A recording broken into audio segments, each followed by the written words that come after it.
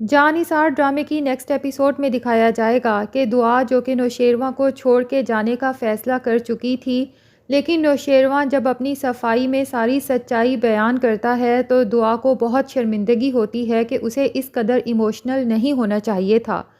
دراصل کشمالہ نے تو یہ چنگاری چھوڑی تھی کہ تمہیں تو نوشیروان نے بتایا ہی نہیں کہ اس کی پہلے سے بیوی موجود ہے اور بچے بھی ہیں،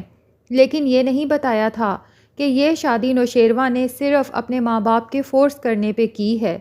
اور نہ ہی یہ بتایا کہ بچے نوشیروان کے نہیں بلکہ اس کے مرحوم بھائی کے ہیں، اور ساتھ ہی دعا کو دھمکی دیتی ہے کہ چونکہ تم سے شادی نوشیروان نے صرف دل بہلانے کے لیے کی ہے تو تم چند دنوں کی مہمان ہو، بہت جلد تمہیں جہاں سے لایا گیا ہے وہیں واپس پھینک دیا جائے گا۔ دعا کی زندگی میں پہلے ہی اتنے تلخ تجربات ہو چکے ہیں کہ وہ فوراً ہی کشمالہ کی باتوں پر یقین کر لیتی ہے، کیونکہ فراز نے بھی تو اسے اسی طرح چکنی چپڑی باتوں میں پھنسا کے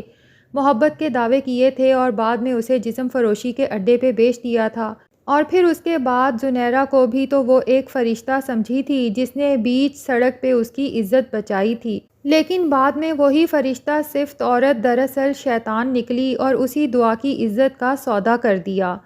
تو دعا کو یقین ہو گیا کہ نوشیروان کی محبت بھی محض ایک دھوکہ ہے، اور جیسے ہی پردہ ہٹے گا تو نوشیروان کا بھی ایک بھیانک روپ اس کے سامنے آ جائے گا۔ اس لیے دعا فیصلہ کرتی ہے کہ اس سے پہلے کہ نوشیروان مجھے استعمال کرے، اپنا وقت گزارے اور اس کے بعد مجھے اپنی زندگی سے نکال پھینکے، اس سے پہلے ہی میں اسے چھوڑ جاتی ہوں۔ تو دعا جب نوشیروان سے طلاق کا مطالبہ کرتی ہے، نوشیروان کے پاؤں تلے سے تو جیسے زمین ہی سرک جاتی ہے۔ بھلا وہ یہ کیسے برداشت کر سکتا ہے کہ اس کی وہ محبت جسے اس نے بہت مشکلوں سے حاصل کیا ہو، اس طرح سے اس سے دستبردار ہو جائے۔ اس لیے نوشیروان اسے سمجھاتا ہے کہ ٹھیک ہے، تم جو بھی فیصلہ چاہتی ہو کر سکتی ہو، لیکن اس سے پہلے تمہیں میری ساری بات سننی ہوگی۔ تو نوشیروان اسے بتا دیتا ہے کہ کشمالہ میری بیوی ہے ضرور، لیکن ہمارے درمیان میاں بیوی والا کوئی ریلیشن شپ نہیں ہے، اور پھر یہ کہ وہ میرے مرحوم بھائی کی بیوہ ہے۔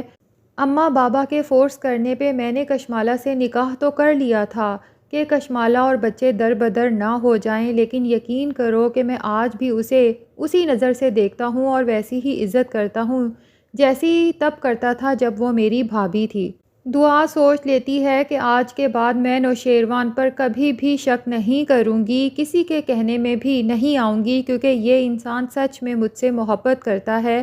تو وہ سوچ لیتی ہے کہ اب میری زندگی کا مقصد صرف اور صرف نوشیروان کو خوش رکھنا ہے۔ نیکسٹ ڈے وہ بڑے اہتمام سے تیار ہوتی ہے کہ خود اپنے ہاتھوں سے نوشیروان کے لیے ناشتہ بنا سکے۔ جب وہ تیار ہو رہی ہوتی ہے، نوشیروان تو اسے دیکھتے کا دیکھتا رہ جاتا ہے اور کہتا ہے کہ بہت ہی پیاری لگ رہی ہو، کبھی کبھی تو مجھے اپنی قسمت پر یقین ہی نہیں آتا کہ تم سچ میں میری زندگی کا حصہ بن چکی ہو، اور خود اپنے ہاتھوں سے دعا کے کانوں میں ایئر رنگز پہناتا ہے۔ دعا نوشیروان سے کہتی ہے کہ اب آپ یقین کر لیجئے کہ میں صرف آپ ہی کی ہوں۔ دوسری طرف اماں سائیں بابا سائیں جب یہ فیصلہ کرتے ہیں کہ ہمیں کشمالہ کے لیے کوئی اچھا رشتہ تلاش کر دینا چاہیے کہ وہ بھی جوان ہے، خوبصورت ہے اور زندگی کی ساری خوشیوں پر اس کا بھی حق ہے، تو اتفاق سے کشمالہ پھر سے اماں بابا سائیں کے کمرے کے باہر کھڑی ہوتی ہے اور ساری باتیں سن لیتی ہے، اور روتی دھوتی ہوئی اندر داخل ہوتی ہے، دونوں کے پاؤں پکڑ کے معافی مانگتی ہے کہ مجھے اس حویلی سے نہ نکالیں، میں اس حویلی کا حصہ ہوں۔ ٹھیک ہے نوشیروان مجھے اپنی بیوی نہیں سمجھتا، لیکن آپ دونوں تو میرا خیال رکھتے ہیں نا۔ اماں بابا سائیں کشمالہ کو جب اس قدر روتے ہوئے دیکھتے ہیں تو اپنا فیصلہ تبدیل کر کے سوچتے ہیں کہ ہم نوشیروان کو سمجھائیں گے کہ کشمالہ آج کے بعد ایسی کوئی حرکت نہیں کرے گی، اور اسے بھی کشمالہ کے ساتھ ذرا تمیز سے بات کرنی چاہیے۔ اب کشمالہ تو اپنی شیطانی نیچر سے باز آنے والی ہے نہیں، اس لیے وہ سوچ چکی ہے کہ آج کے بعد سامنے سے تو وار کرنا ہی نہیں، وار پیٹھ پیچھے کرنا ہے، اور ایسے کرنا ہے کہ دعا بھی نوشیروان کی زندگی سے نکل جائے اور کشمالہ پر الزام بھی نہ آئے۔ اس لیے وہ زنیرہ کو کال کرتی ہے اور اسے کہتی ہے کہ میں تمہیں نوٹوں سے بھرا بیگ پہنچا رہی ہوں، تم نے میرا ایک کام کرنا ہے۔ زنیرہ تو حیران رہ جاتی ہے کہ بھلا ایک عورت کو مجھ سے کیا کام ہو سکتا ہے، اس لیے اپنی کیوریوسٹی کو ختم کرنے کے لیے پوچھ ہی لیتی ہے کہ کس کام کے لیے آپ مجھے نوٹوں سے بھرا بیگ پہنچوا رہی ہیں؟ تو کشمالہ کہتی ہے کہ دعا کو نوشیروان کی زندگی سے نکالنا ہے، اور مجھے پتہ ہے کہ یہ کام آپ سے بہتر کوئی بھی نہیں کر سکتا۔ آپ کے پاس آخر دعا کے کچھ ایسے ویک پوائنٹس تو ہوں گے جس کے ذریعے آپ دعا کو بلیک میل کر کے اسے نوشیروان کو چھوڑنے پہ مجبور کر سکتی ہیں، اور کام ہو جانے کے بعد آپ کو اس سے ڈبل قیمت ملے گی، اور دعا بھی تمہارے پاس واپس آ جائے گی۔ تو اس کے بعد تم جس سے چاہو، جہاں سے چاہو، جیسے چاہو دعا کی قیمت وصول کرتی رہنا۔